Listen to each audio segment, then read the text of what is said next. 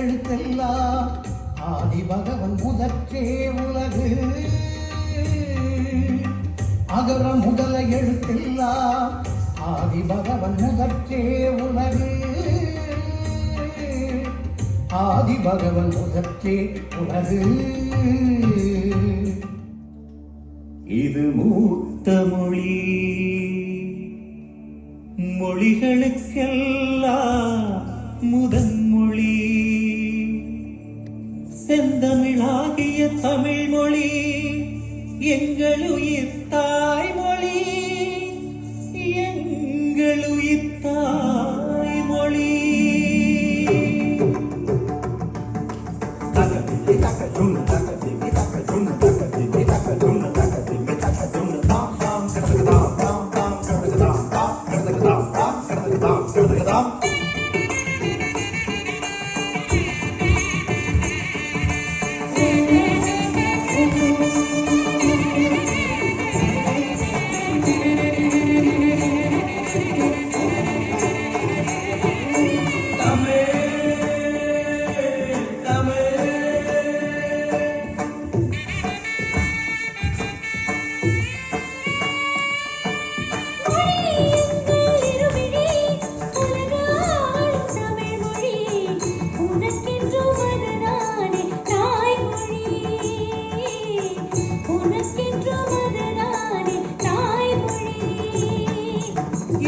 கொண்ட பெருமொழி எமையாளும் தமிழ் மொழி எமக்கென்றும் தமிழ் தானே தாய்மொழி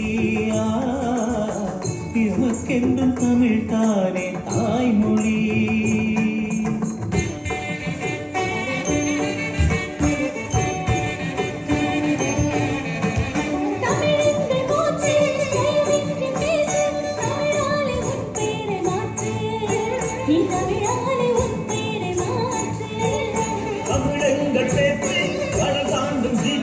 தமிழங்கள் உயிரென்று காத்து நீ தமிழங்கள் உயிரென்று காத்து.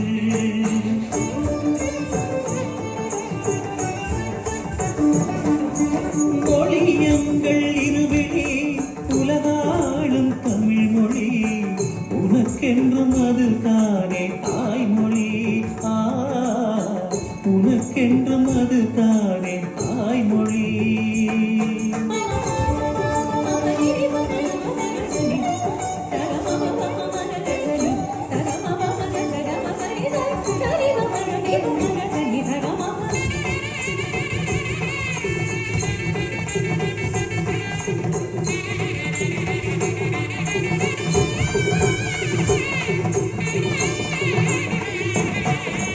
உலகம் முழுதும் பேசும் மொழிகளில் உன்னை போல் இனிமை எதற்குண்டு.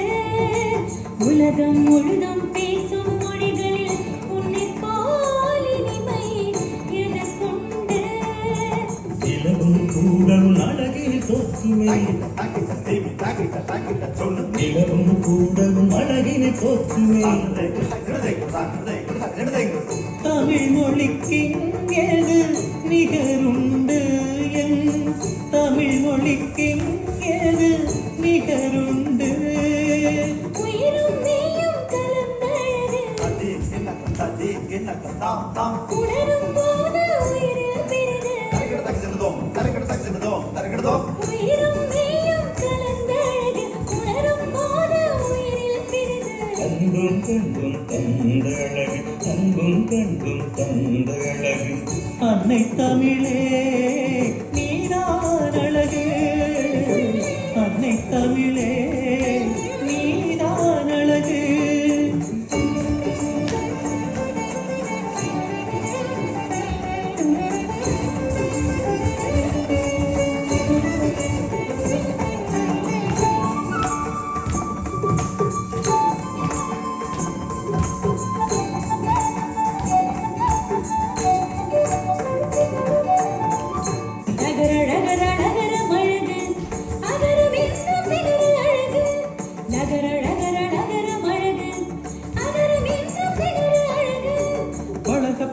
தமிழ் மொழி அழகு மொழிகளில் தமிழே அழகிய நிலவு. பழக பழக தமிழ் மொழி அழகு மொழிகளில் தமிழே அழகிய நிலவு, மொழிகளில் தமிழே அழகிய நிலவு, மொழிகளில் தமிழே அழகிய நிலவு.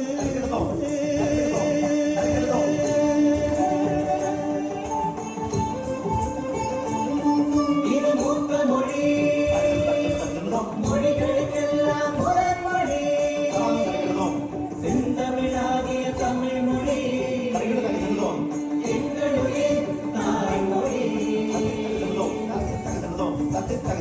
எங்களுடைய தாய்மொழி.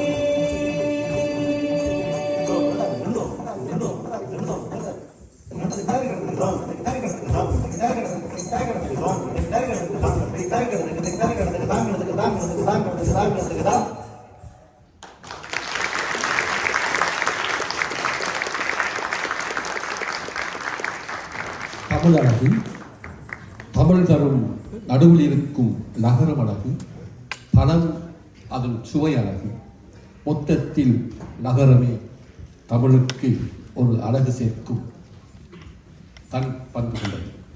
இந்த அழகு நடனத்தை நெறிப்படுத்திய திருமதி துசி கிருஷ்ணராஜாவை இங்கு அழைக்கின்றோம்.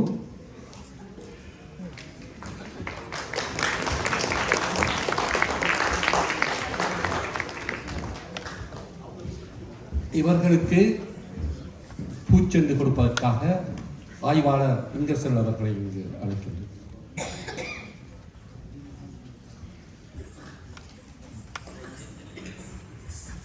இப்பொழுது இங்கர்சால் அவர்கள்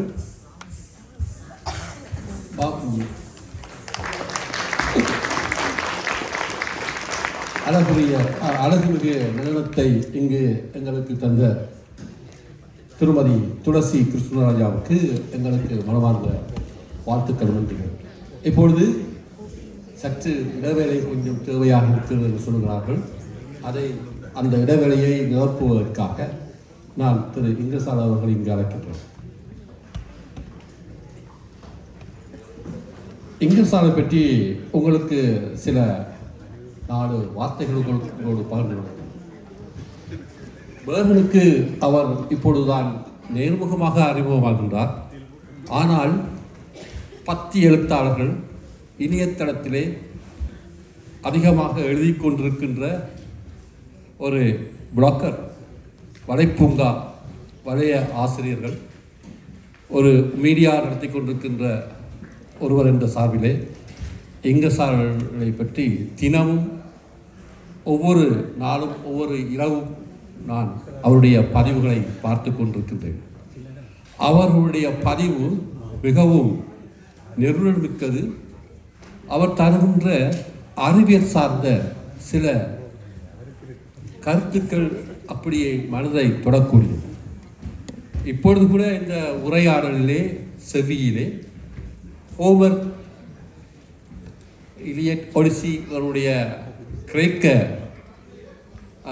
காவியத்தை பற்றியும் அந்த கிரேக்க காவியத்திற்கும் தமிழுக்கும் இடைப்பட்ட நெருக்கங்களையும் அவர் சொன்னார்.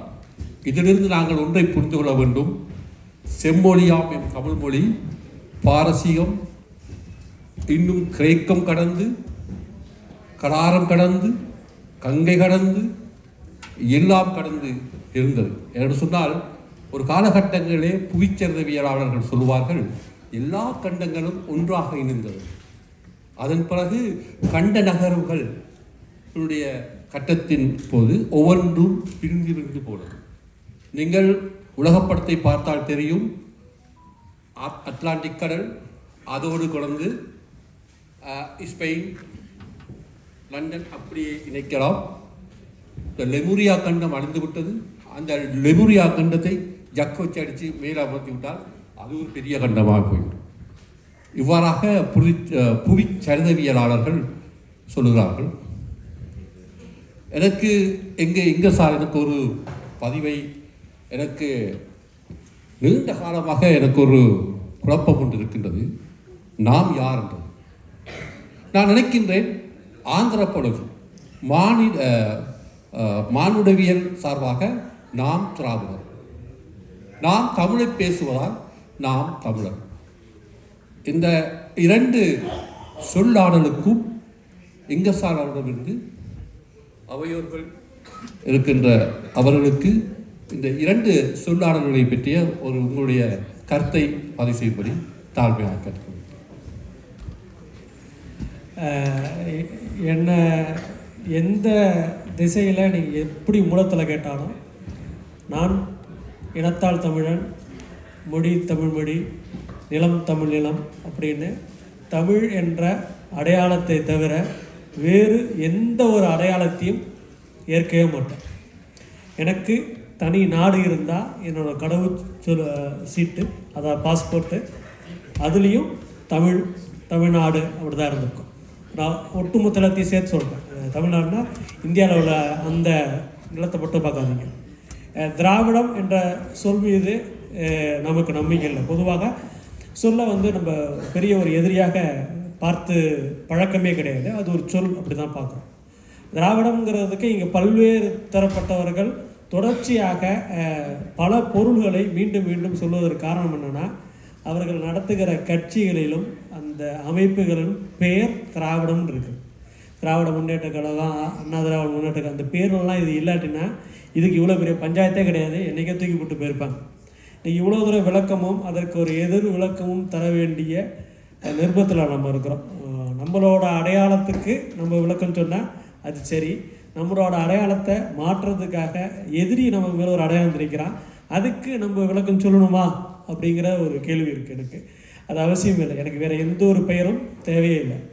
தமிழ் மொழி அதுதான் இருக்கிற பழமையான மொழியாக இந்தியாவில் இன்றளவும் கண்டெடுக்கப்பட்ட சான்றுகள், கருத்தியல் ரீதியாக கிடையாது, கிடைத்த பொருட்களை வச்சு.